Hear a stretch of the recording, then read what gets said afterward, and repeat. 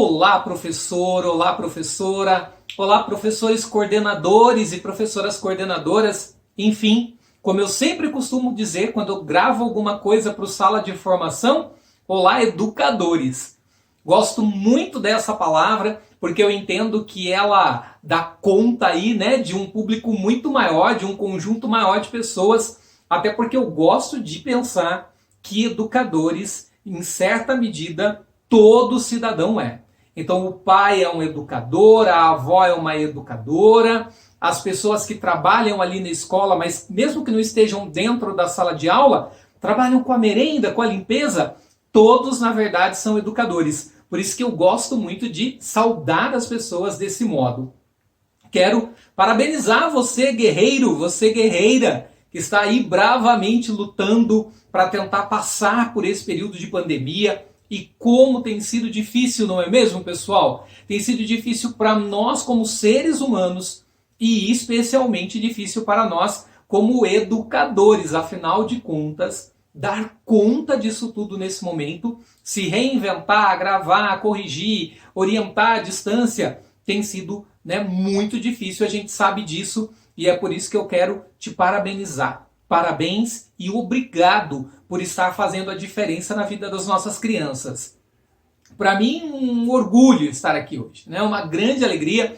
Assim que recebi o convite do Núcleo Pedagógico, já de pronto aceitei, sem nem saber se ia dar conta de estar aqui gravando esse momento para vocês. Para terem noção, ontem, mais ou menos nesse mesmo horário, agora são depois das 17 horas, que é o horário que eu consigo gravar, a gente começou a fazer a gravação. A gente grava aqui, ó, na sala de casa, por isso que a gente apelidou lá o canal de formação, né, de sala de formação. Tava aqui, gente, todo empolgado gravando, começou a tocar meu celular, não atendi na primeira vez, começou a tocar pela segunda vez, eu falei, gente, é alguma coisa grave. Vou olhar, estávamos sendo chamados para uma reunião extraordinária com o secretário, e aí tivemos que interromper, por fim, estamos começando do início hoje, tá bom? Quero também dizer para vocês que na sequência vocês têm a fala da Márcia Gregório. A Márcia, gente, é chique demais, vocês vão perceber isso. A Márcia é neuroeducadora, pedagoga, escritora, enfim. Eu tô aqui, gente, só para dizer para vocês que, ó, vocês são tops, porque ela é que vocês vão perceber que tem um domínio científico mesmo desse tema que a gente vai conversar, que é o tema da inteligência emocional, tá bom? E por fim, eu já vou antecipar para vocês. Gente, isso não é um estúdio profissional. Eu não sou um profissional. Aliás, eu não posso nem me considerar youtuber. Se você pesquisar, você vai entender que youtuber é um profissional, né? Eu sou um professor, né? Na verdade, um professor efetivado como diretor de escola. Então, para a secretaria, eu sou um diretor e estou dirigente. Então, tudo que a gente está fazendo aqui, gente, ó, é na base da gambiarra, tá bom? E por estar aqui gravando em casa, moro bem de frente com uma avenida. Então, vocês vão ouvir bastante barulho externo. Não se preocupem com eles e tente ignorá-los. Eu agora cheguei nessa fase de tentar ignorá-los, tá bom? Mas vamos direto pro tema, né? Porque esse homem já está falando demais. Então, vamos lá. Nós vamos tentar utilizar a TV aqui de casa como uma espécie de uma lousa digital, tá bom? Ela vai me apoiar para conversar um pouquinho com vocês. Aqui na minha frente eu tenho também um notebook, ele está conectado na TV, só que vocês vão perceber que isso faz com que a câmera do celular fique meio doida de vez em quando. Então vai dar umas diferenças de tonalidade na cor, daqui a pouco o sol começa a baixar. Ó, gente, esquece todas essas coisas, não se preocupa com isso, tá bom? Eu sei que o detalhe faz a diferença, mas não olha para o detalhe muito não, tá bom? Vamos contextualizar então para a gente falar sobre inteligência emocional e sobre competências emocionais. E para isso, eu vou pedir licença para vocês para a gente usar alguns exemplos do nosso dia a dia que aconteceram aí por volta dos últimos 10 dias, tá bom? Nesse momento na tela, a gente tem o site do jornal O Dia, que traz a seguinte notícia para nós. Gravidez da menina de 10 anos, estuprada pelo tio, é interrompida. Não vou detalhar demais os assuntos, mas você deve minimamente saber do que eu estou falando. Uma garota no Espírito Santo vinha sendo violentada pelo tio, abusada sexualmente desde os 6 anos de idade. Aos 10 anos de idade ela engravidou. Quando ela engravidou, a avó descobriu, né? Então essa gravidez já não tinha mais como esconder e a menina solicitou o aborto. O aborto, gente, é permitido no Brasil por meio da lei em situações como essa, quando a pessoa é engravida vítima de um estuprador. O Supremo Tribunal autorizou que esse aborto fosse feito, tá bom? Então, a criança não estava fazendo nada ilegal do ponto de vista da lei, ok? Na sequência, em relação a essa situação, vocês perceberam uma grande comoção nacional em relação àqueles que são contra ao aborto e aquela outra parte que se diz a favor ao aborto.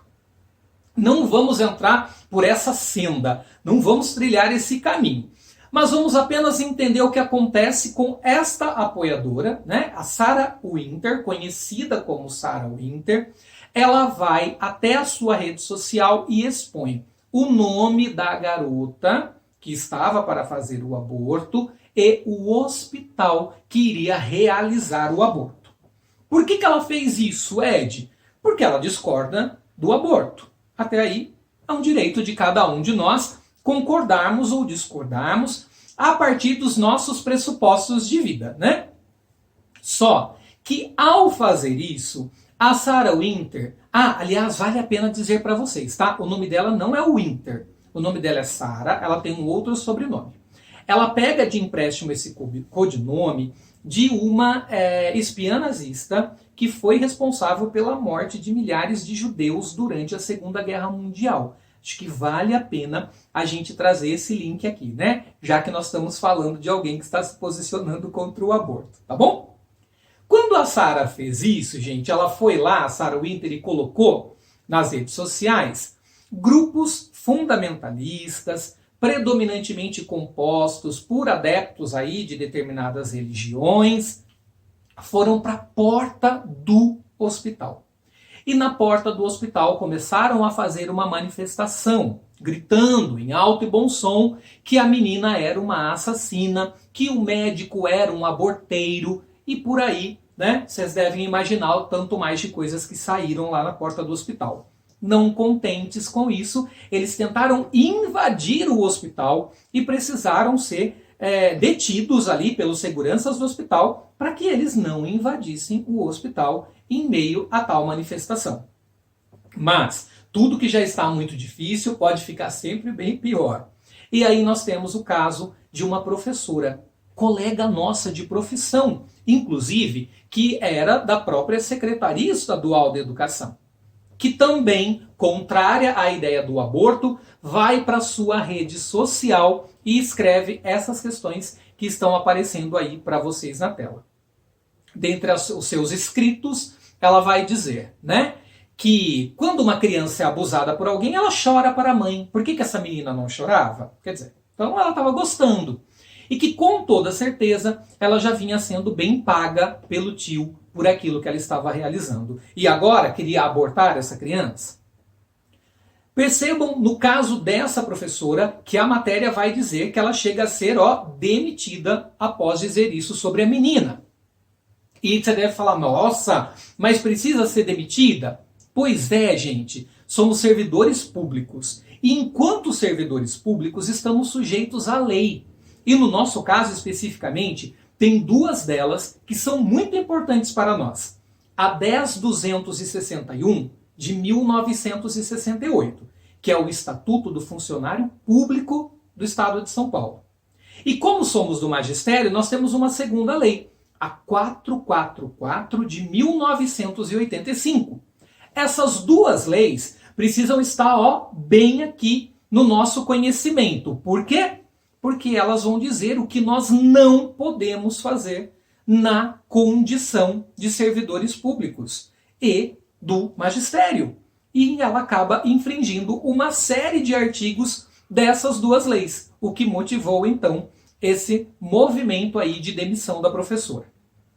Mas, quando eu estava terminando de montar esse momento aqui pra gente, né, estudando, montando essa apresentação, aconteceu um outro incidente.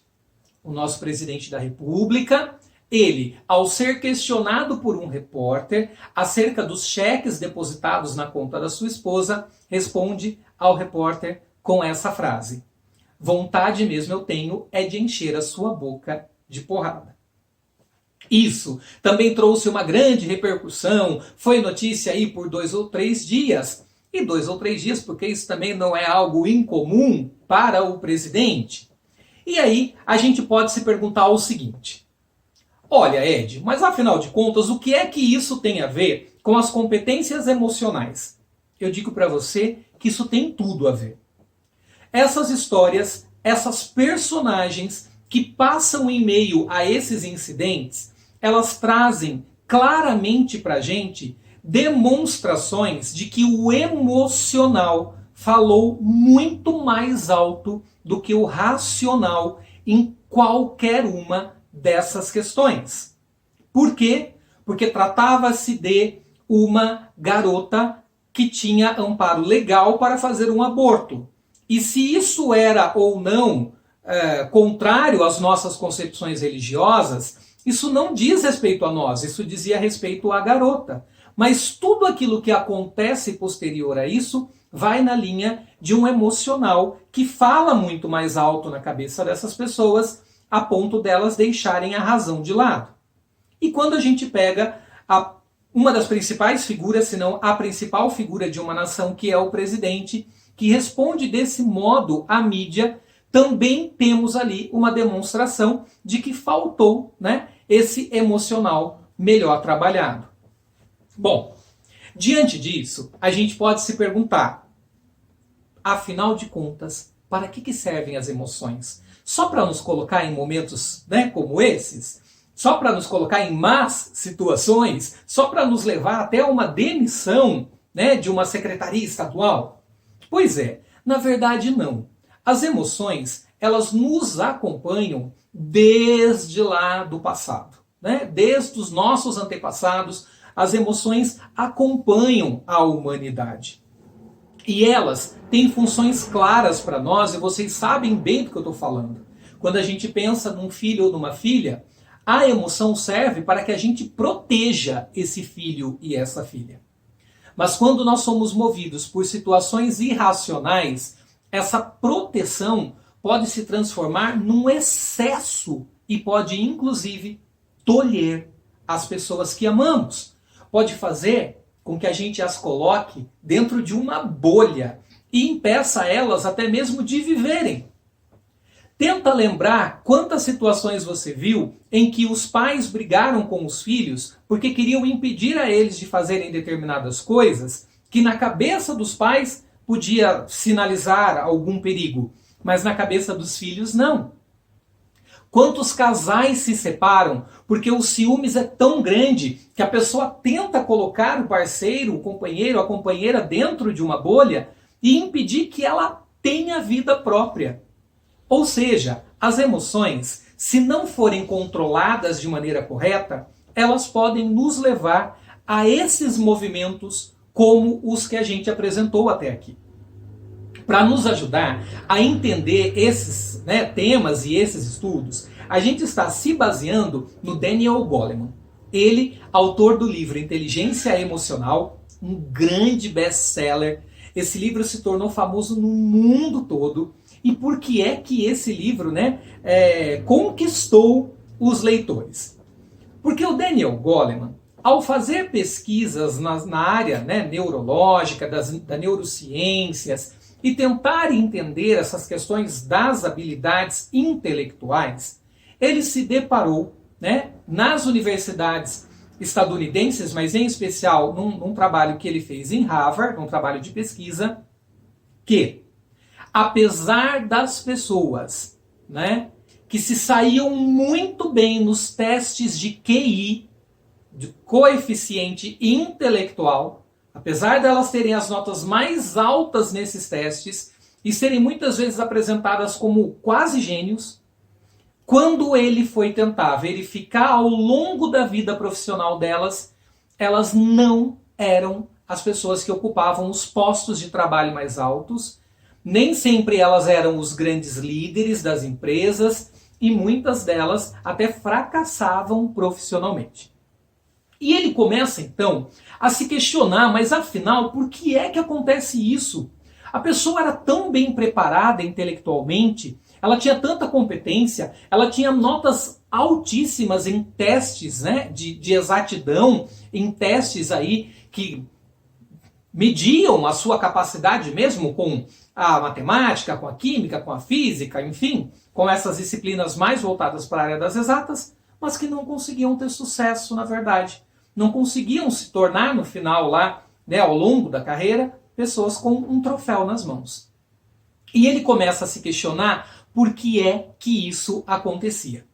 E ele vai, então, trazer algumas respostas. Bom, 20% do nosso sucesso, de acordo com as pesquisas dele, são referentes à nossa capacidade intelectual, ao nosso estudo, à nossa competência, à nossa dedicação. Ok. Mas os outros 80% do sucesso estão marcados por outras questões. Por exemplo, você ganhar na loteria. Sorte. Se você ganhar aí um prêmio milionário na loteria, você vai ser uma pessoa de sucesso. Você não precisa nem saber falar direito, né? Se você nasceu numa família muito rica, mesmo que você se saia muito mal na escola, que você não seja assim, né, aquela pessoa das maiores notas, você com toda certeza vai ter sucesso na vida. Mas, se você não ganhou na loteria como eu, se você também não nasceu numa família rica como eu, só lhe resta desenvolver as competências emocionais. E é aqui que a gente chega no cerne desse nosso momento formativo. Por quê? Porque na balança da vida, sempre as questões emocionais vão pesar muito mais do que as questões intelectuais. Quando nós estamos num momento de conflito, quando nós temos que resolver ou solucionar alguma questão, em geral, nós faremos isso não por meio das nossas competências intelectuais, mas por meio da emoção. A gente deixa se levar pela emoção muitas vezes. E olha o que o Goleman vai dizer pra gente. Para o bem ou para o mal.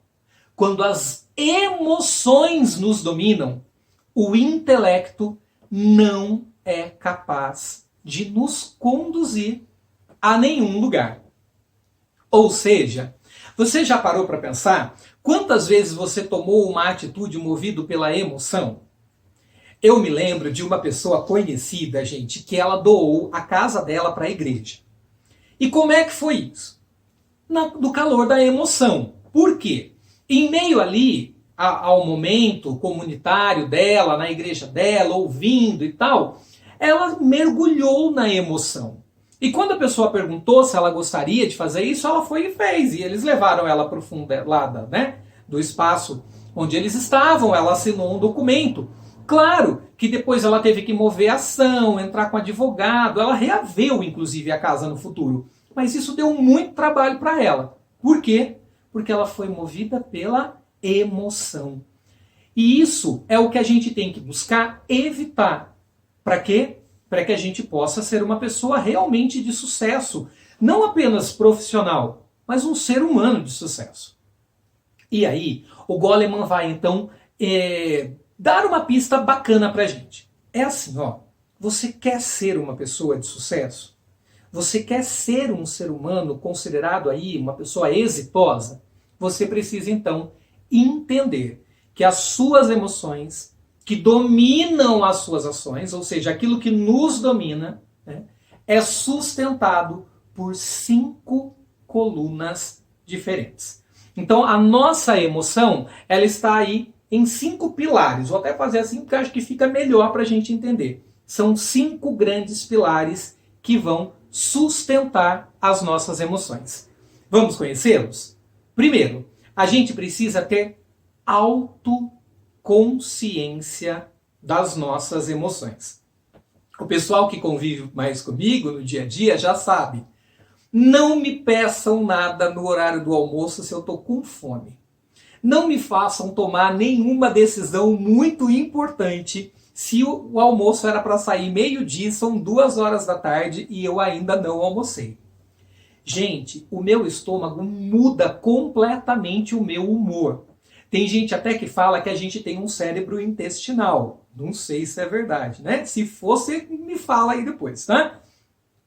Que a gente pensa, né, com o nosso cérebro aqui, que está na nossa cabeça, e tem um cérebro na barriga, que pensa pela gente também. O meu é capaz de mudar o meu humor drasticamente. Hoje eu conheço isso, mas levou muito tempo para eu entender por que eu costumava brigar com as pessoas na hora do almoço. Se eu sair de casa com muita fome, gente, eu tenho que ir para um lugar que a comida esteja pronta. Eu tenho que ir para um restaurante self-service. Eu tenho que ir para um lugar que, ó, me dá esse salgado e essa coca. Por quê? Porque eu preciso matar a minha fome. Meia hora depois está tudo bem de novo. Isso se chama autoconsciência. Claro que eu tenho muitas outras questões emocionais que hoje eu vou conseguindo perceber em mim. Mas essa da fome é uma das principais, tá? Então, ó, uma dica. Veio até a diretoria de ensino, me traz uma guloseima que você já tem meio caminho andado, tá bom? Segundo pilar, bastante importante. Você já se autoconhece, você já sabe como é a sua emoção, você precisa agora aprender a administrá-la, né? Então, conhece, administra. Se você já conhece e administra, agora você precisa aprender a se automotivar. Eu me conheço, eu tento trabalhar a minha emoção, eu tento me automotivar, agora eu vou para o passo que é o passo realmente superior. É entender o outro, né?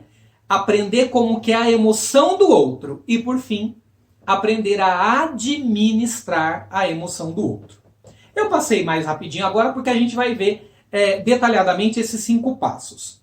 Mas, antes disso, é importante que a gente entenda o seguinte. A competência emocional, ela está inseparável do contexto cultural. Por isso até eu utilizei essa imagem, que eu já tinha usado com os nossos colaboradores da diretoria de ensino, mas achei legal trazer ela aqui para vocês também.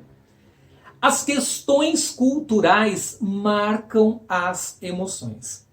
Verifiquem isso em relação a países que são considerados extremamente violentos. O próprio Brasil. Como é que, por exemplo, a gente reage a um time de futebol que perde o campeonato nesse país, né? Então, se a gente está imerso numa cultura de paz, a gente tende a ter um emocional mais pacífico. Se a gente está imerso numa cultura de guerra, de briga, de conflito, a gente tende a ter reações mais conflitivas, né? E aí, a competência emocional está ligada a diversos conceitos, como compaixão, como autocontrole, justiça, dentre outros. Só que você que é inteligente, está aí do outro lado me ouvindo, já percebeu que autocontrole, justiça ou compaixão são termos muito subjetivos. O meu ponto de vista sobre o que pode ser justiça pode ser completamente diferente do seu ponto de vista do que é justiça. E é por isso que ser movido por apenas essas questões, sem trabalhar o nosso emocional, pode nos colocar em situações muito difíceis. Vamos lembrar novamente essas que a gente citou aqui no encontro de hoje, tá bom? Passos importantes, então, para que a gente possa se tornar uma pessoa competente emocionalmente. Olha só, gente, é um caminho longo, mas se a gente nunca começar a trilhá-lo, a gente nunca vai chegar lá no final dele também, tá bom? Primeiro passo importante é ter então consciência da sua emoção. O que é que te causa raiva? O que é que te causa dor? O que é que te causa angústia? O que é que te causa revolta? O que é que te causa alegria? O que é que te causa felicidade? Você precisa conhecer esses gatilhos para, conhecendo-os, poder lidar melhor com a sua emoção. Se você sabe que você costuma terminar o seu dia bastante estressado, não vá deixar para tomar aquelas medidas, aquelas decisões importantes no final do seu dia. Tome ela no período da manhã. Né? Um exemplo que acho que ajuda bastante a gente a entender. 2. Faça a gestão das suas emoções, desenvolvendo habilidades para controlá-la. Então a gente precisa aprender a controlar as nossas emoções. Tem coisas, gente, que me irritam profundamente. E eu sou o tipo de pessoa que eu hoje controlo a minha boca, mas eu não controlo a minha cara. A minha cara denuncia que eu já estou bravo com aquilo. Eu posso até não falar nada para a pessoa, mas eu olho o meu semblante, gente, quando eu vejo uma foto, quando eu vejo agora esse movimento de gravar, né, esses momentos, eu olho e falo, eu já estava irritado ali. Por quê? Porque eu estou controlando a minha boca, mas ainda não aprendi a controlar a minha cara. Né? Um dia eu chego lá. Desenvolva essas habilidades para te ajudar a controlar, tá bom? As suas emoções. E aí, como é que eu controlo produtivamente as minhas emoções? O que é que eu posso fazer que me ajuda a ter emoções mais equilibradas? Eu sou uma pessoa que morro na véspera. Eu sou exatamente aquele peru do Natal. Se eu tenho algo para ser feito daqui 2, 3, 4 dias, eu já estou pensando hoje. No mínimo um dia antes tem que estar tudo pronto. Mas, e quando acontece de eu não conseguir me planejar com antecedência? Eu fico extremamente irritado. Aqui, quando a gente se reúne para fazer a gravação dos encontros semanais do Sala de Formação, tem dias que a pessoa que me ajuda aqui na gravação, ela até percebe, fala, já ficou, né, emburrado. Por quê? Porque eu programei que eu ia gravar no sábado 2 horas da tarde, gente. 2 horas da tarde eu quero gravar. Né? Então eu estou tentando trabalhar isso. Por quê? Porque para eu gravar 2 horas da tarde, eu tenho que estar com tudo pronto 2 horas da tarde. Eu não posso deixar para começar 10 para as 2. Percebem? Então eu tenho que criar habilidades para que me ajudem a me motivar e a me manter de maneira um pouco mais equilibrada. 4º passo importante, empatia. E esse não é nem um pouco fácil. Porque se você se conhece, você está trabalhando para controlar as suas emoções, você também tem a dura tarefa de aprender a controlar as emoções dos outros. O que também não é nada fácil para nós, não é verdade? Por quê? Porque nem sempre você está afim também de se colocar no lugar do outro. E nós temos um agravante. A gente trabalha em espaços que são coletivos e que são marcados por pessoas de diferentes idades, diferentes formações, diferentes interesses, inclusive. Mas, para você poder ser considerado competente emocional, é muito importante aprender a lidar com o emocional do outro. Eu vou citar um exemplo e você vai entender assim muito facilmente. A escola que você trabalha está exatamente na semana da festa junina. Coordenação, vice-direção e direção de cabelo em pé, gente. Sabe? Quando você vê assim que está uma semana sem dormir, parecem umas corujas preocupadas, né? E você decide, na véspera da festa junina, no final do dia, que está todo mundo morto de cansado, você decide virar para a coordenadora e falar, olha, aconteceu um probleminha, eu não vou poder vir amanhã, acho que eu vou abonar. Como diz a Camila, a nossa assessora, você não tá bom não, né? Porque se você tiver bom, você não faz um negócio desse. É aprender qual é o momento melhor de falar com aquela pessoa, qual é o momento melhor de se colocar para aquela pessoa a situação.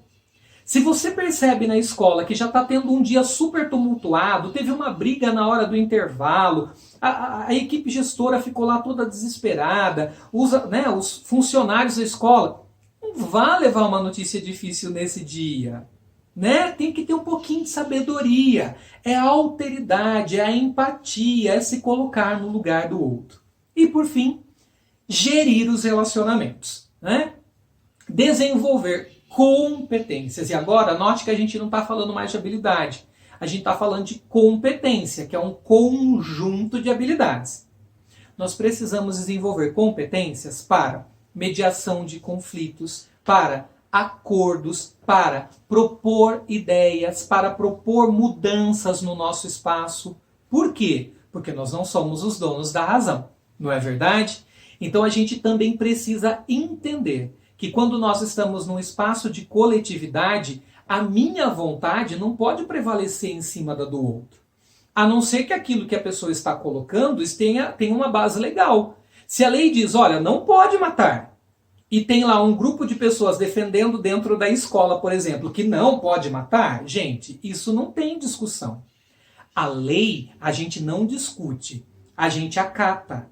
Lei, a gente só discute ela antes dela ser aprovada.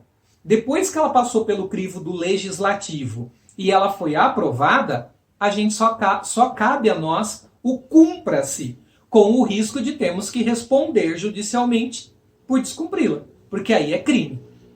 Então, o mais difícil é aprender a controlar as nossas emoções, mas saber também lidar com as emoções coletivas. E aí, na prática, a gente pode trazer algumas questões para a gente pensar rapidamente. Olha só, primeira delas, a gente tem que ter muita serenidade, muita sabedoria, muita educação, muito respeito para conviver nos nossos grupos de trabalho. Seja o WhatsApp, seja o Facebook, seja o Classroom, seja o aplicativo do CMSP, os e-mails, as reuniões virtuais ou presenciais. Nós precisamos ter serenidade. A gente precisa desenvolver competência emocional para transitar no momento que as nossas relações mudaram muito, migraram muito para esse encontro virtual, de que as pessoas estão muito mais com as linguinhas afiadas, né?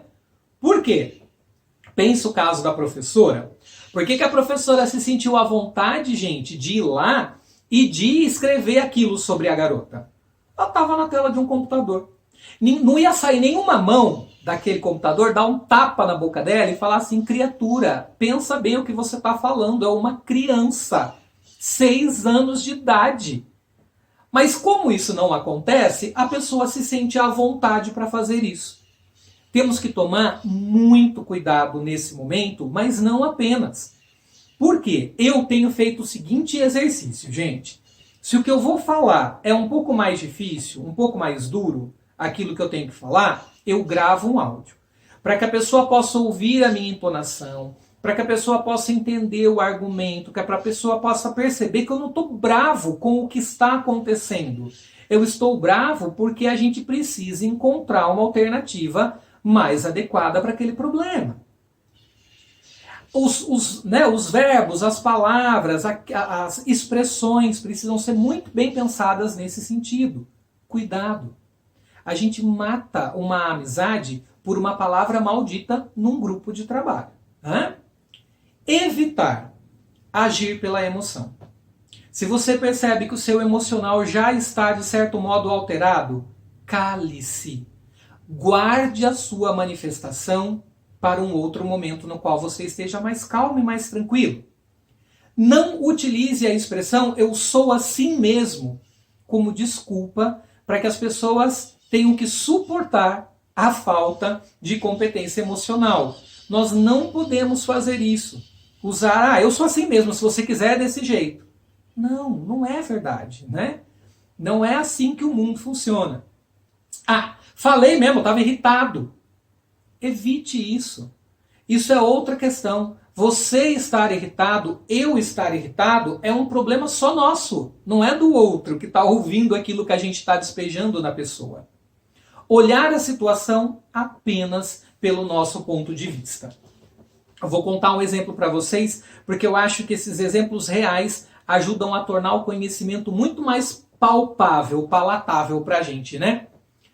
Na escola onde está o meu cargo, quando eu cheguei lá, um grande grupo de professores pediam para que a gente colocasse mapa de sala nas salas de aula. E eles apontavam lá uma série de justificativas para isso. E tinha um outro grupo que era contrário. Quando nós fomos ao planejamento, Eu expus a situação, colocamos em votação. A grande maioria, 80%, defendeu que deveria se ter o mapa de sala e esse mapa de sala deveria ser do 6º ano à 3ª série do ensino médio. Ok. Como a maioria ganhou, instituiu-se o mapa, criou-se lá o momento para que esse mapa fosse organizado, explicou para os alunos o porquê do mapa e a coisa até que estava funcionando bem. Mas sabe aquele 20% do não, que não queria o mapa? O que eles começaram a fazer? Na aula deles, não exigiam o mapa. Só que aí, quando a gente vai para o espaço coletivo, que é a escola, a gente entende que a minha atitude enquanto professor de não respeitar o mapa, que é o combinado da escola, não é um problema meu, é um problema da escola. Por quê? Porque a pessoa dava a primeira aula, tinha maior ali, né, dificuldade para sentar todo mundo no mapa, começar a aula, aí terminava a aula, ela ia para uma outra sala. O professor da segunda aula, que era dos 20% contrário a esse mapeamento, deixava cada um sentar onde queria. Na terceira aula, quando o professor da primeira retornava, o que é que ele encontrava, gente? Um conflito armado. Você é o chato que não segue o mapa, só você que cobra esse mapa, ai, você é uma insuportável, e aí dava toda aquela confusão, que vocês sabem exatamente o que eu estou falando. Porque enquanto eu estou contando isso, está passando um filminho aqui na sua cabeça. É ou não é? Pois é. Quando a gente faz esse tipo de coisa, a gente está demonstrando falta de competência emocional. Além de falta de senso de cooperação, trabalho em equipe, coletividade e o que é mais grave para o Brasil, um desconhecimento total do que significa ser democrático. No Brasil, ser democrático é fazer o que cada um quer. As pessoas acham que liberdade de expressão no Brasil é eu falo o que eu quero e tudo bem. É verdade. Mas é a mesma democracia que te dá a liberdade de expressão que diz que se aquilo que você falou for um crime, você responde por aquilo que você falou. Então a gente não pode. Se a maioria, se 51% decidiu pelo mapa, os outros 49% têm que respeitar esse acordo. E quando não respeita, isso é uma clara demonstração de falta de competências emocionais. Impor as suas vontades vai na linha do que a gente acabou de citar como exemplo e apegar-se a bens materiais coletivos. Ai, meu Deus, já tiveram esse problema? Gente, o meu armário, a minha mesa, a minha lousa, a minha sala. A escola de onde eu venho tinha muito esse discurso e às vezes era tão complicado fazer a pessoa entender. Gente, numa escola pública nada é meu. Lá na diretoria de ensino, o gabinete é da diretoria de ensino. Se as pessoas falam onde está, está lá no gabinete. Não é meu, nada é nosso, tudo é do Estado. Se não foi você que comprou aquilo, não é seu, é do Estado.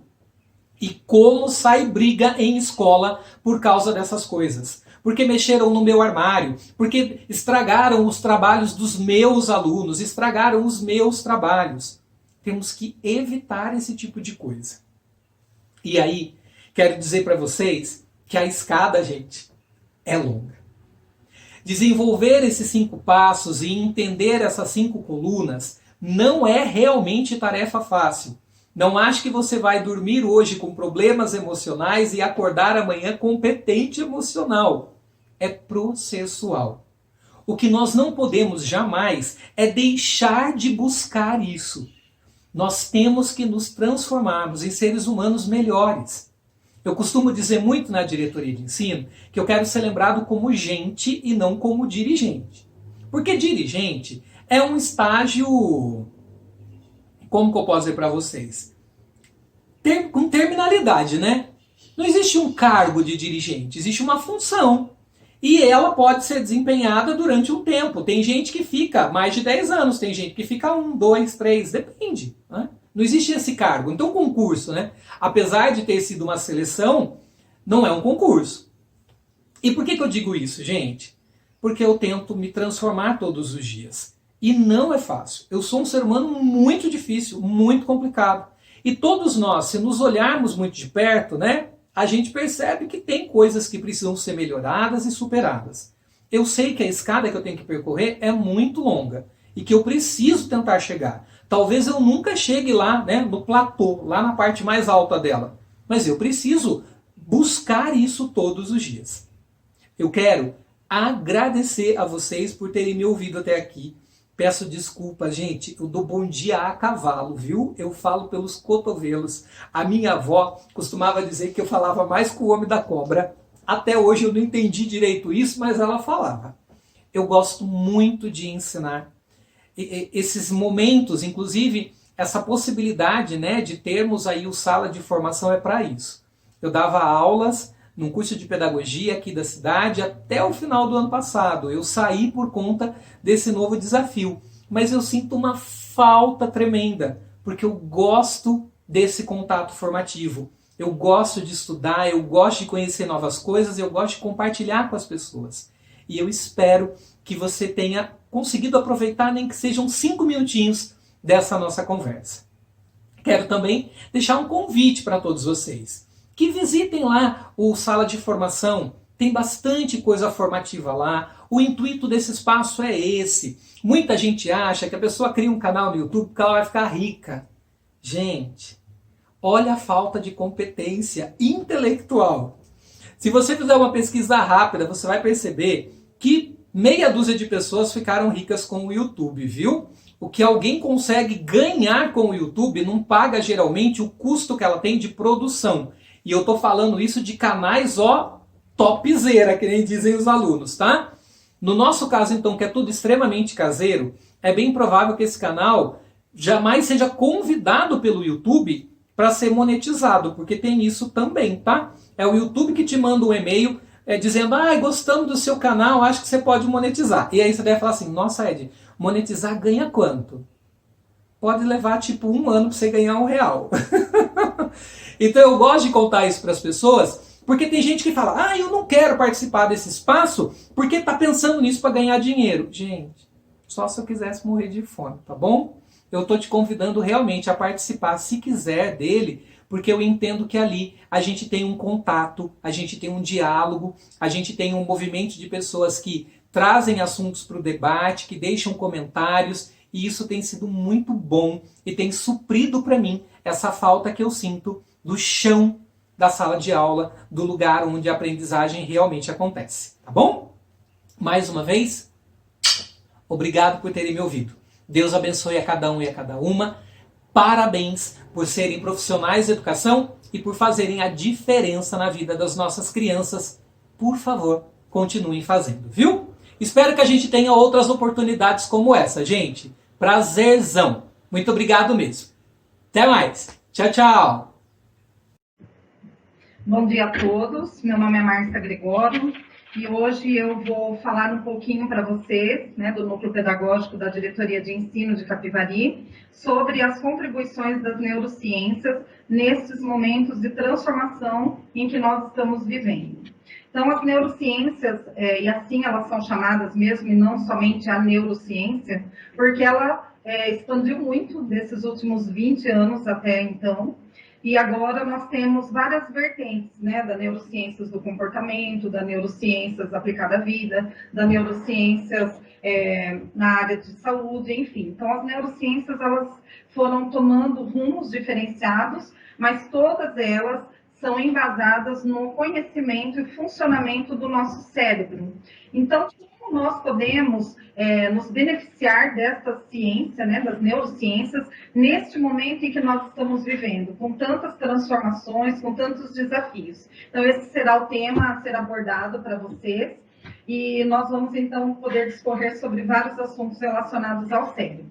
Tá? Então, a minha formação, eu sou pedagoga, sou especialista em neuroeducação, sou neurocientista especializada em neurofeedback, que é uma técnica interventiva de treinamento cerebral. Sou terapeuta holística, sou escritora, membro da Academia Independente de Letras, sou pesquisadora da mente humana e palestrante. Tá? Então, nós vamos poder agora dividir um pouquinho dos nossos conhecimentos com vocês. Então, agora, iniciando, né, com o material que foi preparado, a gente vai falar um pouquinho sobre o início de tudo, que é quando o nosso cérebro se forma lá no comecinho. Então, nós temos, no primeiro slide, vocês podem observar aí, nós temos todas as fases que o passa para se desenvolver por completo até se tornar um ser humano recém-nascido, tá? Então, aqui na primeira fase que vocês estão vendo, terceira semana, é o início de tudo. Então, quando nós estamos sendo formados lá dentro do ventre da nossa mãe, no 22º dia de gestação, segundo vários especialistas, vários cientistas, é um momento onde tudo começa. Por quê? Nesse momento, quando o bebê está começando a ter as suas conexões neurais. Então, tudo começa ali, né? Porque a partir do encéfalo primitivo, após o fechamento do tubo neural, que acontece nesse momento, então, esse embrião, ele vai tomando forma, essa parte do cérebro, e ali se começa a prontidão neural, ou seja, começam-se as conexões. Tudo que a mãe sente, automaticamente o bebê vai sentir por conta dessa conexão, por conta dessa transmissão que existe, já no início do 22º dia de gestação. Depois nós vamos acompanhar a 4ª semana, vocês podem ver o desenvolvimento aqui, depois a 5ª semana, depois a 7ª, 11ª semana, 4 meses, 6 meses, 8 meses e, por fim, o recém-nascido com o cérebro totalmente formado. Tá? Então, ali começa o início, né, de tudo, se começa na terceira semana, 22º dia de gestação, com a prontidão neural. Então, passando para o outro slide, nós temos as partes do sistema nervoso central. Então, quando nós falamos em neurociências, nós precisamos conhecer e entender como funciona as partes do nosso cérebro. Quais são as funcionalidades dessas partes? Então, aqui vocês podem ver que nós temos, né, as divisões que formam o sistema nervoso central, com o mesencéfalo, a ponte de Varolio, o bulbo, telencéfalo, diencéfalo e o cerebelo. Então, essas partes, cada uma delas tem uma funcionalidade. Então, o mesencéfalo, ele é responsável pela visão, audição, movimento dos olhos e movimento do corpo. A ponte, ela já é responsável para transmitir informações da medula e do bulbo até o córtex cerebral. E ela também faz a conexão com os centros hierarquicamente superiores. Então, toda essa funcionalidade da ponte, tá? E o córtex, ele vai também coordenar os estímulos, né, vindos das várias partes do sistema nervoso, tá certo? O bulbo, ele já tem a funcionalidade de estabelecer a comunicação. Então, ele faz a comunicação entre o cérebro e a medula espinhal. Então, essa é a parte do bulbo, né? Ele é responsável por essa transmissão, tá certo? O telencéfalo, ele faz o controle do movimento e da emoção, da sensibilidade, da visão, audição, também dentre outros. O diencéfalo, ele encerra uma cavidade chamada de terceiro ventrículo. Então, ele encerra os impulsos sensoriais de calor, de frio, ele tem toda essa funcionalidade de pressão. E o assoalho dele, do terceiro ventrículo, vai terminar lá no hipotálamo, tá certo? E, por fim, o cerebelo, que é responsável por controlar todos os movimentos voluntários do nosso corpo, como postura, aprendizagem motora, equilíbrio e o tônus. Por isso que qualquer lesão na parte do cerebelo, o primeiro sinal, né, de que a pessoa tem algum problema nesse local do cérebro é a perda de equilíbrio. Então, todas as pessoas que têm qualquer problema nesse lugar específico do cérebro, a gente já percebe pela perda de equilíbrio, ok? Então, agora nós vamos falar sobre a divisão do sistema nervoso. Então, o sistema nervoso, vocês viram aí, nós já passamos a imagem com essas divisões, né? E nós vamos falar um pouquinho do que ele faz, o que ele permite que aconteça dentro de nós. Então, o sistema nervoso é o que nos permite perceber e interagir com o nosso ambiente. O encéfalo regula, né, a função voluntária e involuntária, permite-nos estarmos atentos e receptivos e possibilita que respondamos física e emocionalmente ao mundo. Então, a função cerebral é o que torna a pessoa o que de fato ela é, ou seja, é o que nos torna o que de fato nós somos, tá certo? Então, o cérebro ele é muito importante, né? Dentro da neuroeducação, nós trabalhamos com 3 fundamentos conceituais que são corpo físico, mente e consciência. Então, nós estudamos profundamente a mente humana e a consciência humana. E com as neurociências, então, nós coroamos o nosso estudo com toda todo o entendimento do cérebro, toda a funcionalidade que esse cérebro tem dentro de nós. E quantos milagres nós podemos realizar por intermédio do conhecimento do nosso cérebro, tá certo? Então, aqui nessa imagem, nós vamos ver, aqui é todo o sistema nervoso central, que a sigla é SNC, tá? E aqui ao lado nós temos o sistema nervoso periférico, SNP. Nós vamos falar um pouquinho agora das diferenças entre ambos, tá certo? Então, a classificação do sistema nervoso central. Então, o sistema nervoso pode ser dividido entre sistema nervoso central, que é SNC, que é composto pelo encéfalo, pela medula espinhal, e sistema nervoso periférico, SNP, composto de todos os nervos e os seus componentes fora do sistema nervoso central. Então, enquanto o sistema nervoso central, ele manda para a coluna, né, para a espinha, todos os comandos ali decodificados no cérebro, o sistema nervoso periférico, ele vai transmitir, através das 22 ramificações da coluna vertebral, todos os estímulos sentidos, então, lá no sistema nervoso central, tá? Então, eles trabalham juntos, não tem como separar um do outro, embora eles sejam diferentes, certo? Aí aqui nós temos um pouquinho, né, da explicação dos lobos que são responsáveis, que cada um faz. Então, aqui na parte da frente, ó, onde vocês estão vendo cinza, nós temos o que nós chamamos de lobo frontal, tá? É o pré-frontal aqui no cinza e, na verdade, o frontal é o laranja, aqui o vermelho, né? Não laranja. Então, o lobo pré-frontal, ele é responsável por todas as nossas funções executivas. Então, tudo aquilo que nós fazemos, nossas tomadas de decisões, elas são mediadas aqui no lobo frontal. Aqui também fica a parte motora da fala, tá certo? Fica bem especificamente neste ponto aqui, ó. E aqui, no córtex, né, do lobo frontal aqui, ó, nós temos a área motora voluntária. Esses espaçamentos que vocês podem ver aqui, preto, né, como uma divisão, é chamado de sulco central, tá? Então, são eles que fazem as divisões aqui dos lobos, tá certo? Aqui, na parte roxa, nós temos o lobo temporal, que é responsável pela audição. Aqui embaixo, nós ouvimos anteriormente a ponte e o bulbo, próximo ao cerebelo, né, que é responsável pelo equilíbrio. A ponte e o bulbo também tem a funcionalidade de respiração e batimentos cardíacos. Por isso que quando a pessoa sente a pressão alta, ela geralmente sente uma pressão na nuca, é bem nesse local, tá certo? E aqui em cima, nessa parte mais roxinha aqui, nós temos o tato e outras áreas sensoriais. A parte do lobo parietal, que pega toda essa parte mais laranja aqui, e o lobo occipital, que é responsável pela visão, tá certo? Então, o lobo occipital fica bem aqui nessa área. E o lobo parietal, que é responsável por toda a área de interpretação. Então, olha, vocês veem como que nosso cérebro, ele é maravilhoso, né? Então, nós temos a área de interpretação, a área de audição, a área da fala, e na hora da gente codificar as linguagens, todas essas áreas, elas estão envolvidas. Por isso que qualquer problema, qualquer anormalidade em uma dessas áreas pode ocasionar algum distúrbio na fala ou na aprendizagem das linguagens, certo?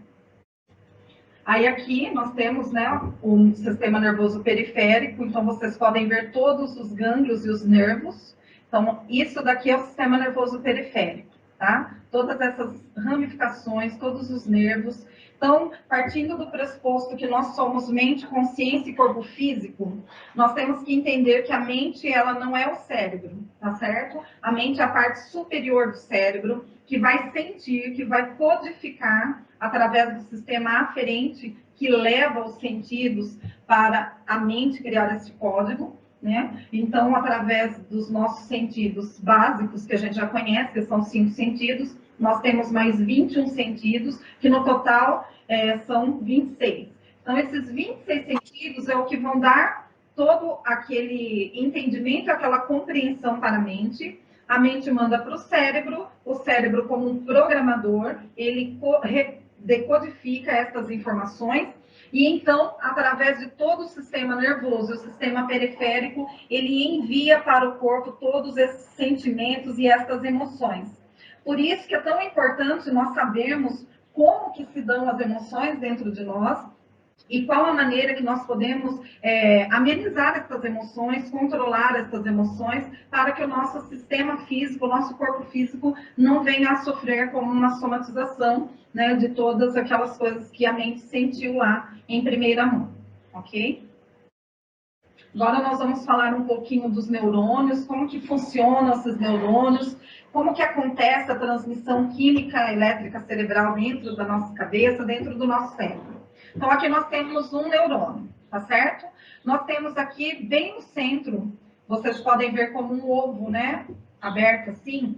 Nós temos o núcleo do neurônio, tá certo? Então, aqui está o núcleo. Esta parte de fora azul, nós temos o corpo celular.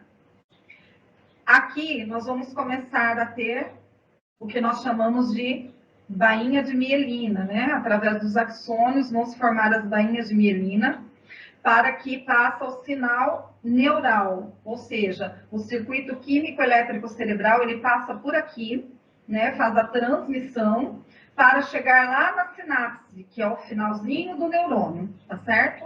Então, nós temos aqui, vamos dividir em três, né, o núcleo, o corpo celular, depois o axônio, que vai formar a bainha de mielina, e terminar aqui com a sinapse. No finalzinho da sinapse, nós temos uma parte que a gente chama de sapatinha da sinapse, que é onde vai ocorrer a transmissão dos neurotransmissores. Então, ali no finalzinho de um neurônio, ele vai grudar numa outra parte do outro neurônio, do outro corpo celular, né? E ali, então, vai se transmitir esses neurotransmissores, tá certo? Então, aqui nós temos o neurônio pré-sináptico, que é o que vem antes da sinapse, e aqui o neurônio pós-sináptico, que é o que gruda na outra sinapse.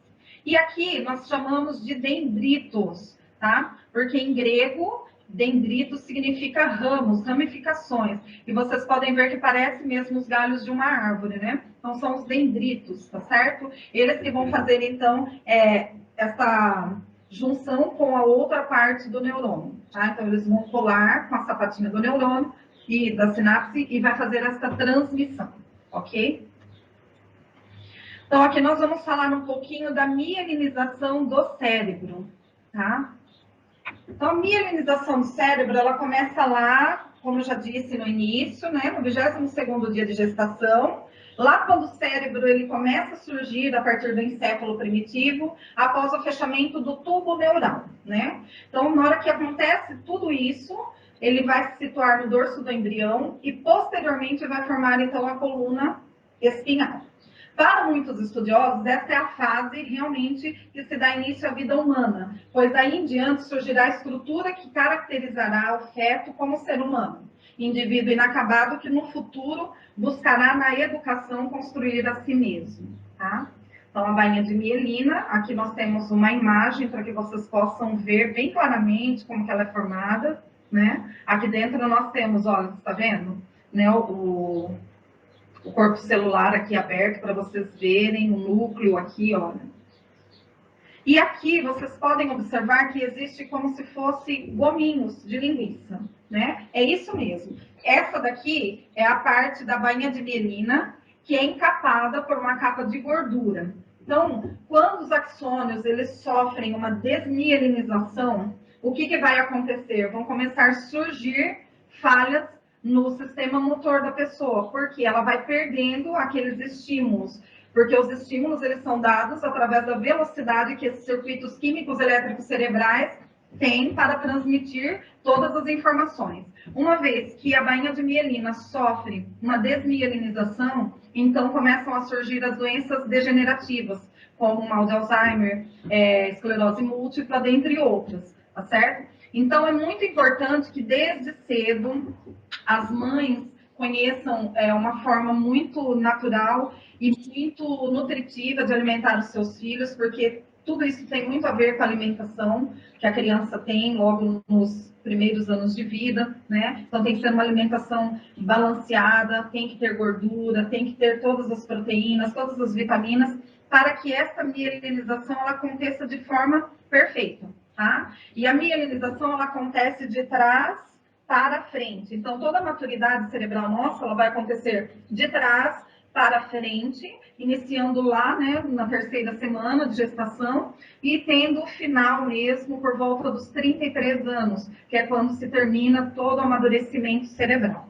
Tá certo? E depois, com o passar dos anos, a gente precisa continuar tendo essa alimentação adequada, exercícios físicos e exercícios cerebrais, né, que nós chamamos de neuróbica, para que o cérebro possa continuar se desenvolvendo, né? Existe sim o envelhecimento cerebral, mas dá para a gente ter uma velhice saudável, falando em nível cerebral, em nível de sinapses e neurônios e conexões, se a gente cuidar da saúde, da alimentação e fazer tudo direitinho. Dá para envelhecer com saúde, com boas memórias e dá para ser feliz. Tá? Mas para isso a gente precisa conhecer como se dão todos esses processos dentro de nós. Então, a mielinização, ela é o processo durante o qual as células gliais se afinam, tendo como propósito se enrolar ao redor da fibra de cada neurônio, formando então essa capa protetora de gordura e proteínas, que vocês viram aí na imagem, que se chama bainha de mielina, e envolve essas fibras nervosas. A principal função da bainha de mielina é isolar eletricamente cada axônio, o que possibilita a aceleração da velocidade da condução desses impulsos químicos elétricos cerebrais ao longo dele, melhorando a transmissão desses estímulos elétricos realizados em cada sinapse. Tá certo? E agora nós vamos conhecer um pouquinho dos neurotransmissores e a funcionalidade deles nas nossas vidas, né? Então, nós temos os neurotransmissores, são muitos, né? Mas nós vamos falar dos os mais usados. Eu não vou nem falar dos mais importantes, porque tudo que acontece no nosso corpo é muito importante. Mas os que a gente mais necessita, né? Vamos dizer assim. Então, aqui nós temos as práticas diárias, que podem fazer com que esses neurotransmissores sejam ativados, e o efeito deles sobre as nossas vidas, tá? Então, nós vamos começar com a oxitocina, que é o hormônio do afeto. Então, nesse momento que nós estamos vivendo, né, dessas transformações, isolamento social, a oxitocina ela está um pouco em defasagem, porque nós não estamos abraçando muito, né, por conta do distanciamento. Então, esse hormônio, esse neurotransmissor, ele é ativado quando a gente abraça, quando nós fazemos carinho, né, quando nós trocamos afetos verdadeiros. Então, a gente libera esse neurotransmissor no nosso organismo e o efeito dele sobre a nossa vida é ampliar bons sentimentos e construir relações saudáveis. Então, olha a importância da gente ser verdadeiro nos nossos sentimentos, nos nossos afetos e também na troca desses afetos, né? E este neurotransmissor, ele é o primeiro que libera lá no corpo também do bebezinho, quando começa essa conexão com a mãe, né? Então, na hora que o bebê nasce, que a mamãe coloca o bebê no colo, lá ainda na maternidade, né, na sala de cirurgia, esse hormônio ele já está sendo liberado dentro de ambos os corpos, né? Porque é a troca de carinho, de afeto e de amor verdadeiro. Aí nós temos a dopamina, que é muito importante, extremamente importante. Ela faz a funcionalidade de exercer a gratidão e vibrar com as conquistas. Olha como é importante também a prática da gratidão na nossa vida, né? E quando a gente agradece, agradecer não é somente falar gratidão, né? Dentro do nosso organismo acontecem muitas coisas quando a gente agradece de verdade, agradece de coração com intencionalidade. Então, vai liberar a dopamina. Essa dopamina, ela vai te colocar num estado vibracional mais alto, que são os estados quando a gente celebra conquistas, quando a gente consegue terminar um projeto, quando nós temos sucesso, né, na execução desses projetos. Então, nós estamos liberando a dopamina, que é o neurotransmissor da felicidade, da alegria. Ela vai fazer o efeito na vida de reduzir a ansiedade, motivar e alcançar objetivos. Depois, nós temos a serotonina, que a prática diária faz com que a gente observe a realidade de forma positiva. Então, pessoas que são muito positivas perante a vida, pessoas que não se deixam esmorecer perante os problemas, elas vivem liberando serotonina no organismo. E como que essa pessoa vai viver? Ela vai viver de forma a minimizar os hábitos ruins e vai regular o humor. Ou seja, ela sempre pode até ter uma queda de humor, mas logo ela já se recupera e já mantém aquele estado de humor positivo, tá? Aí nós temos aqui a melatonina, que é muito importante, né? Porque ela vai regular o nosso sono, ela vai trabalhar lá com a glândula pineal à noite, para que o nosso organismo ele possa ter uma boa noite de descanso. Só que nós precisamos ter uma prática diária de tomar sol, para que essa melatonina ela seja excretada com maior intensidade no nosso organismo. E nós não temos este hábito. Então, o hábito de tomar o sol, logo o sol da manhã, o primeiro sol da manhã, e ao final da tarde, quando o sol está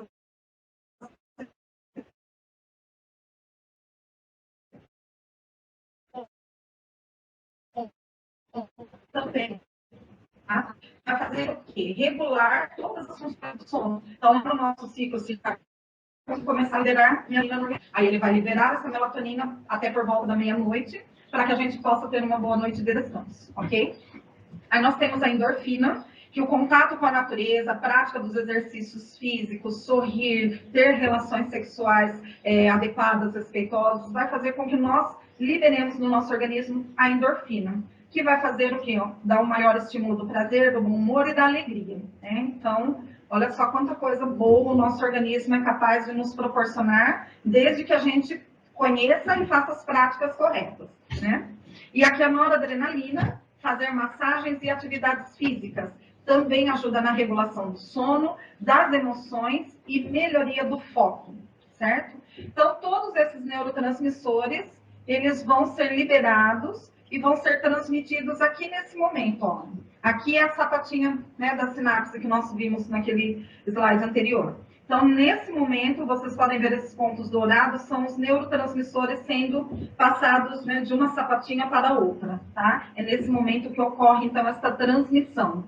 Quando a bainha de mielina está devidamente encapada e não há nenhuma fragmentação para que possa ocorrer esses circuitos químico-elétricos cerebrais de maneira correta, na velocidade adequada também, certo? Agora a gente vai falar um pouquinho de uma parte do nosso cérebro que é muito importante, principalmente para esse momento que nós estamos vivenciando. Então, no início de 2020, nós tínhamos planos, nós tínhamos tudo organizado para que fosse um ano produtivo, e de repente veio toda essa circunstância da pandemia e nos tirou literalmente o chão. E o que acontece com o nosso cérebro quando a gente passa por momentos de tensão, momentos de mudanças? O que acontece lá dentro? Será que o nosso cérebro ele permanece da forma como ele era, ou ele muda? Como que se dá essa plasticidade? Tá bom? Então, nós vamos falar um pouquinho agora disso, a plasticidade cerebral e o poder das mudanças e adaptações, tá? Então, a plasticidade, ela pode ser chamada também de neuroplasticidade ou plasticidade neural. Então, todos esses termos estão corretos. E ela faz o quê? Ela permite que os neurônios se regenerem, tanto anatomicamente quanto funcionalmente, e formam outras conexões sinápticas. Então, quando nós passamos por situações de estresse, situações de mudança, situações que nós temos que nos reinventar, como aconteceu agora, neste ano todo, nós estamos tendo essa funcionalidade do nosso cérebro atuando por nós. O que o cérebro vai fazer? O que a plasticidade vai fazer? Ela vai regenerar, ela vai adaptar e recuperar. Então, nós vamos passar por um procedimento de mudança. Esse procedimento vai, dentro do nosso cérebro, lá no mapeamento cerebral, vai criar outros caminhos neurais, onde vão passar outras informações, que vão nos levar a outros tipos de comportamento. Então, por mais difícil que possa parecer no momento atual que nós estamos vivenciando, se nós olharmos com um olhar científico, com um olhar positivo, nós vamos entender que essas transformações, elas são necessárias para a nossa evolução, né? Então, a humanidade, o mundo todo, o planeta, ele chegou num momento em que precisava ocorrer uma aceleração na forma de pensar, na forma de agir e na forma como nós nos entendemos enquanto seres humanos. Então, nós passamos por essa situação esse ano e estamos nos reinventando, regenerando, nos adaptando, recuperando, né? Então, toda essa circunstância nos levou a colocar a plasticidade do nosso cérebro em ação, né? Então, lá dentro estão ocorrendo mudanças, e uma vez que o cérebro se modifica, ele não vai mais atuar como anteriormente. Ou seja, né, como dizia Einstein, uma mente, quando ela se expande, ela jamais volta à sua originalidade, ao seu tamanho né, original. E é isso mesmo. Então, quando nós crescemos interiormente, quando nós mudamos nossa forma de pensar, nossa forma de agir, nós estamos caminhando para a evolução. E isso é muito bom, porque lá na frente nós vamos colher todos os frutos, né, de toda essa transformação que nós estamos atravessando agora na atualidade, ok? Vamos colocar aqui uma imagem para vocês entenderem dessa plasticidade, tá? Então, nós já falamos que essa plasticidade, ela é a capacidade do cérebro se remodelar em função das experiências do sujeito. Também ajuda e permite a aprendizagem ao longo da vida, tá? Então, quando determinadas áreas sofrem lesões que comprometem as suas capacidades, o que vai acontecer? Outros neurônios que se encontram nas zonas vizinhas, eles assumem a função da área danificada para que aquela área se regenere. Isso é plasticidade cerebral, tá? E aqui nós temos dois cérebros, né? 4 cérebros, na verdade, 2 modelos, onde foram feitas experiências com cegos adultos que começaram a aprender Braille, que veio o quê? Provar a neuroadaptabilidade do cérebro. Então, olha o cérebro antes e olha as conexões, os circuitos, né, as ativações aqui no depois. Então, essa é a capacidade do cérebro sempre se reinventar. Ou seja, nós sempre iremos aprender. Não existe nada na vida que a gente não possa aprender. E não existe mais, e nem é cabível mais nesse tempo em que nós estamos vivendo, pessoas que pensam daquela forma antiga, né? Eu nasci assim, vou viver assim e vou morrer assim. Não cabe mais para essa nova humanidade que está surgindo. Porque nós somos capazes de nos reinventar, de nos adaptar, de mudar as circunstâncias, de mudar o nosso humor. Nós temos a capacidade de aprender coisas que jamais nós imaginaríamos que iríamos aprender um dia. E isso tudo está sendo comprovado agora, né? E é bom que nós entendamos essa funcionalidade do nosso cérebro para que a gente avance cada vez mais sem sofrimento, né? Porque mudanças e transformações, elas não são para nos causar sofrimento, e sim para nos levar a um maior patamar de evolução, ok? Aí aqui nós temos um pouquinho sobre como o cérebro pensa e onde ocorrem esses pensamentos. Então, considerando que os neurônios são a base para o pensamento, né? Isso é a unidade neural do pensamento, são os nossos neurônios. E o conjunto de neurônios, ou a rede neural, são os responsáveis por influenciar esses comportamentos e por produzir processos cognitivos, como o raciocínio, a abstração, a memória, a atenção, dentre outras funções. Assim, podemos dizer que a integração dos sinais neuronais, ou neurais, os dois termos estão corretos, é que resulta na elaboração da atividade mental, que nada mais é que os nossos pensamentos. São as conexões neurais as responsáveis por essas formações de pensamentos, tá? Então, agora que a gente já entendeu, né, o sistema nervoso central, o periférico, que nós já entendemos um pouquinho dos neurônios, das sinapses, dos neurotransmissores e como acontece essa neurotransmissão dentro do nosso organismo, da bainha de mielina, que passa todos os circuitos químicos elétricos cerebrais, e agora da adaptabilidade do nosso cérebro, a gente vai partir para uma outra parte que vai falar um pouquinho das nossas emoções. E por que falar das nossas emoções? Porque nós precisamos entender o que está acontecendo dentro do nosso organismo, a nível físico, químico e cerebral, para que nós possamos nos adequar a essas situações e também se equilibrar perante as nossas emoções. Então, aqui eu trouxe para vocês o mapa, né, das emoções, que foi um mapa elaborado por neurocientistas da Finlândia, onde 700 voluntários passaram por exames de neuroimagem, para que pudesse, então, ser mapeadas essas emoções dentro do organismo, tá? Então, nós temos aqui esses modelos, e eu vou explicar cada um deles. Os modelos, eles têm cores vermelha, laranja, preta, azul. Então, as cores quentes, que são as cores mais fortes, elas remetem à ativação da emoção no corpo, onde ocorre a ativação. E o preto e o azul remete à desativação dessas emoções, ok? Então, aqui na raiva, nós temos, né, a ativação aqui da parte do timo, que é a glândula que fica bem no centro do peito. Então, muitas pessoas, às vezes, sentem aperto aqui, elas acham que estão com dor no coração. Não é no coração, é essa glândula que fica bem aqui no centro do peito. Então, ela tem a função de, quando nós estamos felizes, ela expande. Quando nós estamos tristes, ela encolhe, ela é como uma borboletinha, tá? Então, por isso que nós temos essa sensação. Ou a gente fala que está explodindo felicidade, ou a gente fala que está com um aperto no peito, ou dor no coração, tá? Então, a raiva nós vemos uma ativação muito intensa nas mãos, no timo, na cabeça e nos ombros também. Desativação dos pés e das pernas.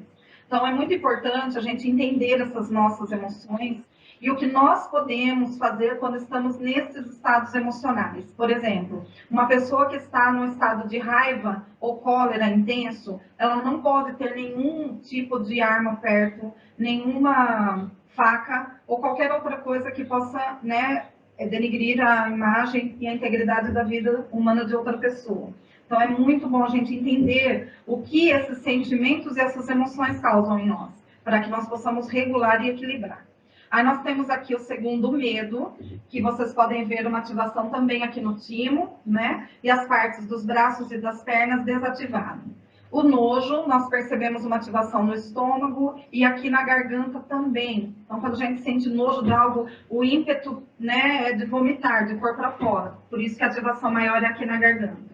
A felicidade, como vocês podem ver, ela libera toda uma luz no corpo humano, principalmente na área aqui do coração, no timo, e a cabeça da pessoa que é feliz vive iluminada, né? E dentro das neurociências, por conta da ativação de todos os neurônios, de todas as conexões neurais, nós chamamos de cérebro dourado. São pessoas que vivem em estado de contemplação, felicidade e alegria, tá?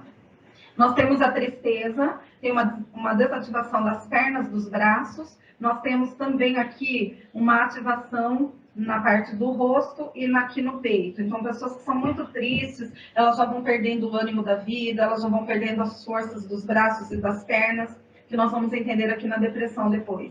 E pouca ativação também aqui nos sentimentos, e a parte da cabeça começa já a entrar em confusão. Aí a surpresa, nós temos também uma desativação das pernas, uma ativação mais intensa no timo e na cabeça. Então, surpresa pode ser boa ou ruim. Pode ser uma surpresa de ganhar, né, um valor inesperado, pode ser uma surpresa da notícia de um acidente. Então, tem as duas vertentes, tá? Em ambas, o organismo ele vai funcionar da mesma forma. Aí aqui nós temos a neutralidade. Vocês podem ver uma pessoa neutra, ela não tem ativação nenhuma em nenhuma parte do corpo. Simplesmente ela não tem sentimentos, não retrata emoções. Então, pessoas neutras são pessoas que não externizam nenhum tipo de sentimento, tá? Então, a neutralidade é um estado muito complicado, né, do ser humano. Então, uma pessoa que não se importa muito com o que o outro sente, com o que está acontecendo ao seu redor. Aí aqui nós temos a ansiedade, que hoje acomete cerca de 90% da população humana, né? Então nós temos muita ativação na parte do timo mesmo, aqui do peito. Então pessoas ansiosas, elas sentem uma queimação e sobe para a garganta e desce para o estômago e fica aquele movimento aqui. Então vocês podem ver também as pernas e os braços pouco ativados. O amor, né, sem comentário. O amor realmente é... né, a primazia de todo sentimento. Então, pessoas que são amorosas, pessoas que amam incondicionalmente, elas têm todas as áreas do corpo ativadas e iluminadas, tal qual a felicidade. A depressão também, vocês podem ver aqui, ó, a tristeza e a depressão são muito parecidas. O que diferencia uma da outra é que na tristeza ainda há um pouco de ativação, já na depressão não existe mais essa ativação. Então, nós temos que observar muitas pessoas tristes. Pessoas que são tristes um dia, 2 ou 3, é até normal. A pessoa, quando passa por um luto, uma perda muito importante, vai ficar algum período aí triste, mas isso não pode se estender pela vida, porque aí já entra no quadro de depressão. Aí precisa da ajuda dos médicos, psicólogos, né, de toda uma equipe para estar ajudando a sair desse estado. Aí nós temos o desprezo, que também desativa todas as partes do corpo, só deixa a cabeça ativada. Então, o desprezo, a gente jamais deve desprezar alguém e nem ser desprezado, porque realmente é muito triste, né? E deixa as pessoas sem nenhum tipo de reação aqui. Aí o orgulho, tem o orgulho bom e o ruim, assim como a surpresa, né? O orgulho bom da gente conseguir passar num concurso público, o orgulho de um filho passar num vestibular, né? Numa escola, numa faculdade aí, né? esperada, desejada. Então, esse é o orgulho bom. E o orgulho ruim são daquelas pessoas, né, que são tímidas de compreensão, pessoas que são arrogantes, que se acham melhores que as outras, e acabam, então, deixando que o seu ego seja maior do que a sua humildade e tudo mais. Então, esse é o orgulho que não devemos ter, certo? Vergonha, nós temos aqui a parte do rosto, né? Bem ativada, e assim mesmo, pessoas que têm a pele mais clara sofrem mais, porque a pele, ela denuncia, né? Quando a pessoa está envergonhada, fica toda vermelha e aqui queima. Então, a vergonha, ela ativa essa área do corpo e também um pouco o timo e o estômago, braços e pernas desativados. E aí nós temos a inveja, que é uma emoção, um sentimento muito ruim, tá? E que todo ser humano sente em um determinado momento de sua vida. Não existe pessoa que não passe por isso, tá? Só que o que nós temos que entender? O problema não é nós sentirmos as emoções, mas é o que nós fazemos com essas emoções quando as sentimos. Então, nós temos que entender que nós estamos suscetíveis a todas essas emoções, mas que nós precisamos nos posicionar diante dessas emoções, né? Quando é uma emoção como a felicidade, o amor, o orgulho bom, são coisas positivas. Mas e quando eu estou sentindo muita tristeza? E quando eu já estou sentindo muito desânimo, né? Muita vergonha, muita timidez? Como que eu tenho que reagir perante essa emoção? Né? E é isso que nós temos que entender para que a gente possa se desenvolver de maneira plena, tá certo? E agora a gente vai entrar no assunto que é muito, assim, debatido, e hoje, principalmente, né, com as normas aí da BNCC, a gente está falando muito sobre as competências socioemocionais, as habilidades socioemocionais. Então, para a gente falar de tudo isso, nós temos que entender o que é inteligência emocional. Tá? Então, a inteligência emocional, ela se traduz na possibilidade do ser humano de aprender a lidar com suas próprias emoções e a usufruí-las em benefício próprio. É o que nós estávamos falando. Nós temos que entender, que conhecer, para que a gente possa saber lidar com essas emoções. Lembram-se que o problema não é sentir as emoções, mas o que nós fazemos quando nós sentimos essas emoções. Aprender também a compreender os sentimentos e o comportamento do outro. A importância da inteligência emocional, ela é para a vida, né? Então, é muito importante que a gente aprenda, que a gente entenda, né? Sua essência se dá quando conseguimos conciliar o lado emocional e racional do cérebro, neutralizando as emoções negativas, as quais produzem comportamentos destrutivos, e então potencializar as emoções positivas para gerar os resultados desejados. Então, assim, dessa maneira, a gente vai entender agora o que nós vamos falar, né, sobre os pilares da inteligência emocional, para que a gente possa aplicá-lo diariamente na nossa vida, com os nossos alunos, no dia a dia, para que seja possibilitada essa construção das relações saudáveis, as tomadas de decisões mais conscientes, evitando que o indivíduo venha a se arrepender de seus atos impulsivos, tá? Então, aqui nós temos, né, os 5 pilares da inteligência emocional, que aí já entra de acordo com tudo que nós estamos falando e que nós vamos aprofundar agora sobre as habilidades, né, as competências socioemocionais. Então, aqui nós temos a autoconsciência. O que é ter autoconsciência? Quando nós falamos de auto, quer dizer nosso, auto, meu, né? Aquilo que eu vou fazer, aquilo que eu vou gerenciar dentro de mim. Então, a autoconsciência nada mais é do que ter uma percepção emocional de tudo que acontece ao nosso redor, mas principalmente do eu, né? O meu lugar no mundo, o que eu estou fazendo nesse mundo, por que eu estou aqui, qual é o meu propósito, como que eu posso contribuir para que esse mundo seja melhor, através de todas as minhas habilidades, de todas as minhas competências, inteligências, como que eu posso estar no mundo, servindo ao mundo, através de uma autoconsciência. Então, é saber quem eu sou, a importância do tamanho que eu sou e o que eu estou fazendo nesse mundo. O autocontrole é regular os impulsos. Então, nós conhecemos as emoções, nós entendemos como elas agem dentro de nós entendemos os neurotransmissores, nós entendemos que existe um procedimento dentro do nosso corpo, né? Que é o cérebro que vai comandando tudo isso, mas nós temos que entender para controlar esses impulsos, né? Imagina se a gente, num ímpeto de raiva, pega e sai batendo, né? Ou machuca alguém. Então, nós não podemos, a gente precisa entender que a raiva, ela vai fazer parte, nós vamos sentir, enquanto seres humanos, somos sentimentos e emoções. mas nós temos que ter autocontrole para regular esses impulsos, né? A motivação. O que é estar motivado? É eu ter uma meta, eu ter sonhos, objetivos, e ir com intensidade de ação para essas emoções. Então, é eu saber onde eu quero chegar e todos os dias, através de todos esses conhecimentos que as neurociências elas nos proporcionam, né, todos esses benefícios, conseguir, então, se manter motivado. Levantar de manhã, praticar exercícios, fazer com que esses neurotransmissores do bem eles estejam atuando dentro do organismo, para que o organismo se sinta feliz, alegre e vá de encontro com a vida, com todos os sonhos e objetivos a serem alcançados. A empatia, que hoje está sendo muito falada, né, dentro dessas competências socioemocionais, as habilidades socioemocionais, que nada mais é do que entender e compreender o sentimento do outro, saber se colocar no lugar do outro, saber entender o que se passa de verdade dentro de cada ser humano, para que assim possamos viver melhor, cada vez melhor.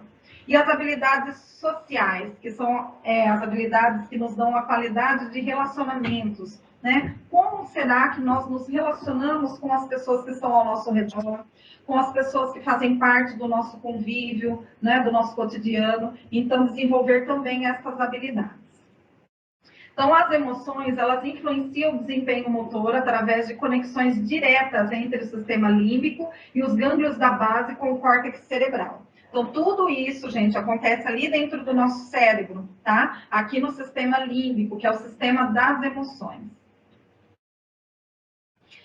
Aqui eu vou deixar para vocês uma dica de um livro muito bom, tá? De Daniel Goleman e Peter Senge, que se chama Foco Triplo, que vem falar justamente de tudo isso que essas competências, né, socioemocionais estão nos pedindo, estão nos ensinando agora. Então, vai falar de autoconsciência, empatia e entendimento da nossa relação com o mundo. Então, segundo os autores, com o desenvolvimento dessas habilidades, é possível melhorar o desempenho acadêmico, o desenvolvimento pessoal e também os relacionamentos.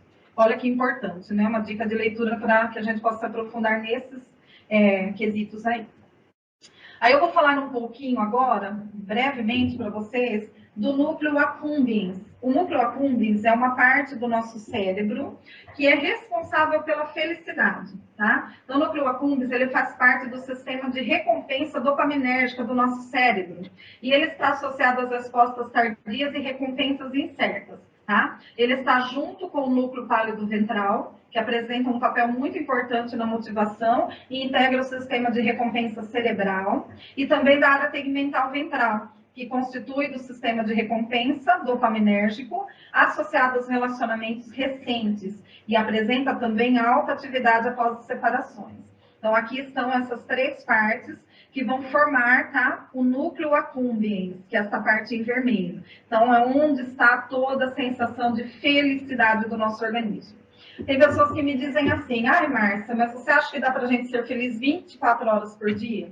Claro que não, né, gente? Porque a felicidade, ela é um estado, e nós, enquanto seres que mudamos de humor, mudamos, né, de pensamentos, a gente não vai ser feliz 24 horas por dia, mas a gente, conhecendo tudo que funciona e como funciona dentro de nós, todos esses procedimentos, a gente pode sempre estar se mantendo muito próximo a um estado perene de felicidade, tá? Então, conhecendo, desenvolvendo, entendendo. As competências socioemocionais, elas nos dão essa capacidade, porque à medida de que eu compreendo o outro, né, na sua limitação, naquilo que ele pode oferecer, né, praticando a empatia, no momento em que eu me autoconheço, que eu tenho um autocontrole das minhas emoções, de todos os impulsos, eu vou passar a viver de uma forma mais feliz. Então, se nós nos aprofundarmos em tudo isso que está chegando para nós nesse momento, né, durante esse ano, nós vamos ver que nós estamos aprendendo muitas coisas boas, que talvez se nós não estivéssemos passando por tais situações, nós não estaríamos aprendendo, tá? Então, tudo é muito bem-vindo nesse momento, né? Aí nós temos agora aqui a parte do nosso cérebro onde a empatia acontece. Então, nós vamos falar um pouquinho do córtex insular, tá? Então, a empatia, ela também depende de uma área do hemisfério direito, que é o córtex insular. Se vocês olharem na imagem aqui, ó, vocês vão ver essa parte vermelha, tá? É a parte onde está a empatia, né?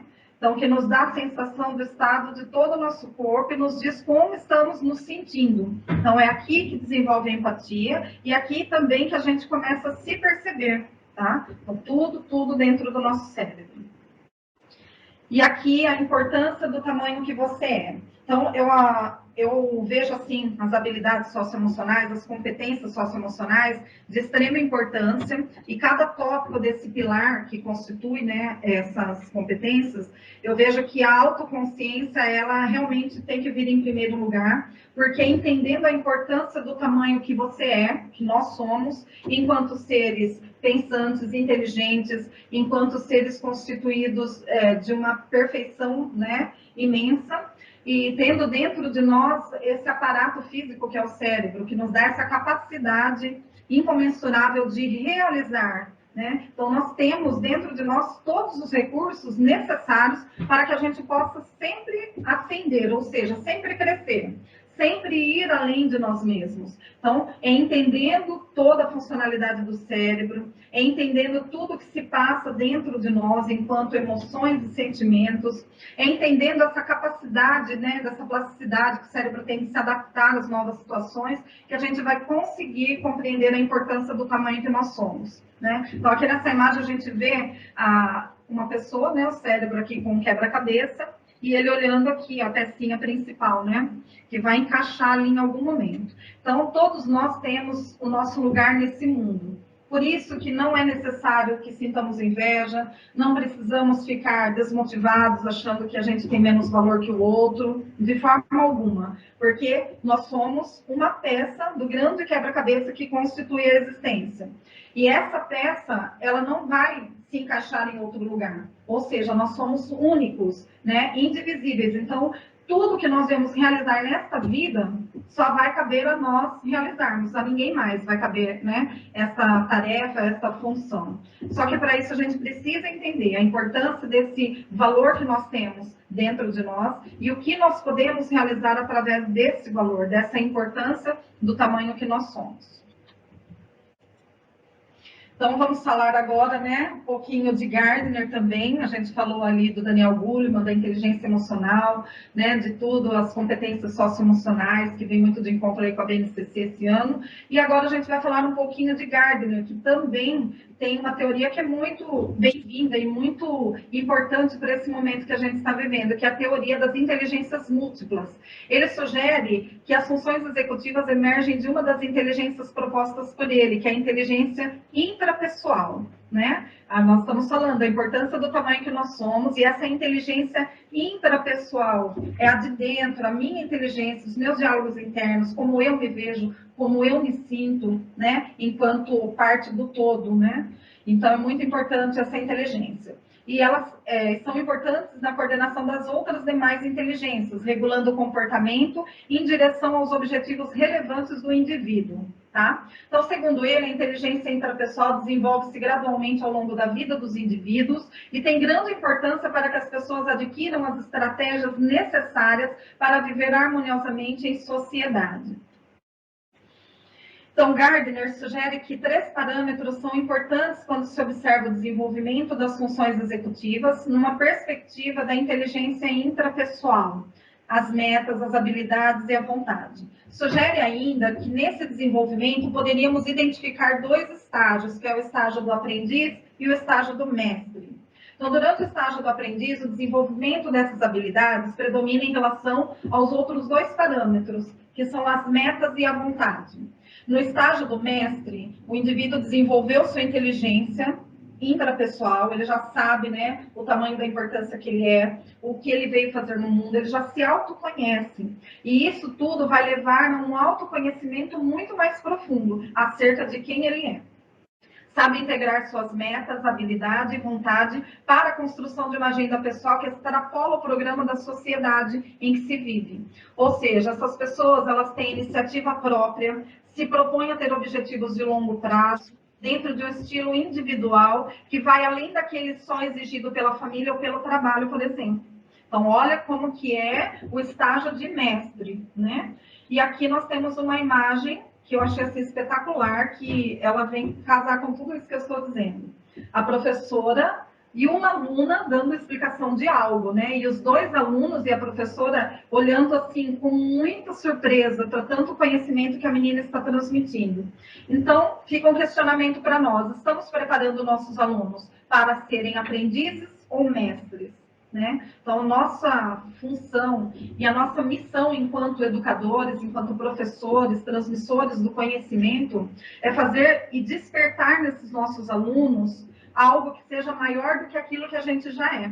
Né? Então, é muito gratificante quando nós olhamos para alguém que passou pela nossa vida enquanto aluno e se torna uma pessoa ainda melhor do que a gente. E isso é de extrema gratidão, né? Não tem nem como expressar a felicidade que é você ver um aluno que passou por você se tornando algo grandioso, porque a gente fez parte de tudo isso.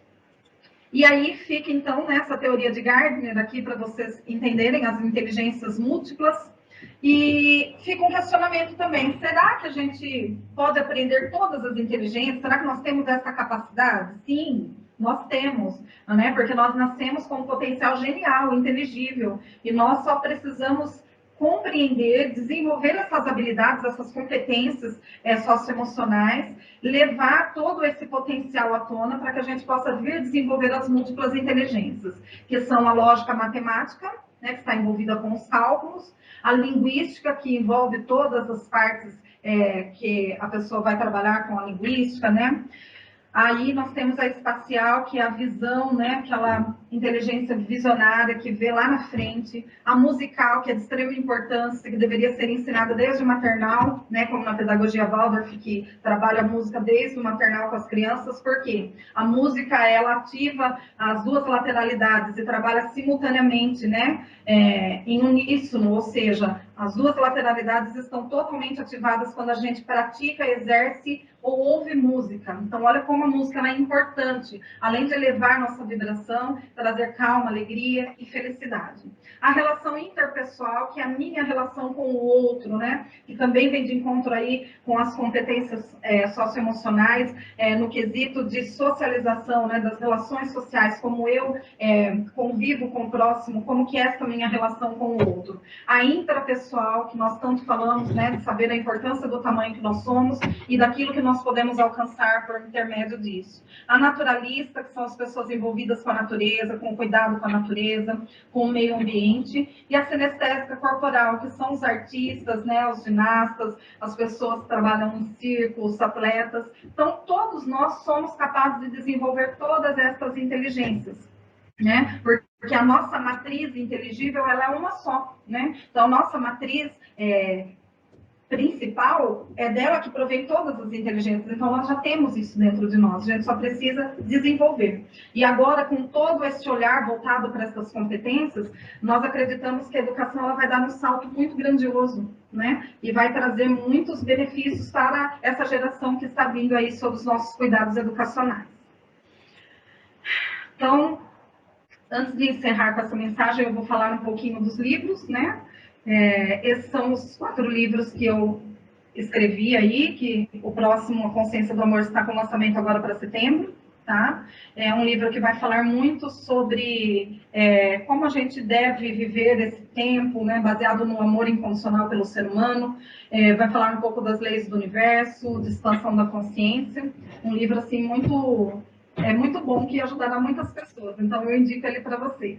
Tá? Aqui foi a antologia poética que eu participei com escritores do Brasil todo. O segundo livro, Sentimentos em Palavras, que é um livro somente de poemas, pensamentos e afetos. E o meu primeiro livro, que foi lançado pela editora Chiado de Portugal, Você Nasceu para Vencer e Ser Feliz. E aqui, esse ano, eu recebi, então, né, um grande presente da Academia Independente de Letras com o meu ingresso na academia. Então, hoje eu ocupo a cadeira 119, intitulada Ascensão. É um título imortal, né? E isso foi um grande presente aí que o universo me preparou e eu fiquei muito feliz. Para terminar, né, esse nosso diálogo, para encerrar, eu vou deixar então essa mensagem, né, para que vocês possam refletir.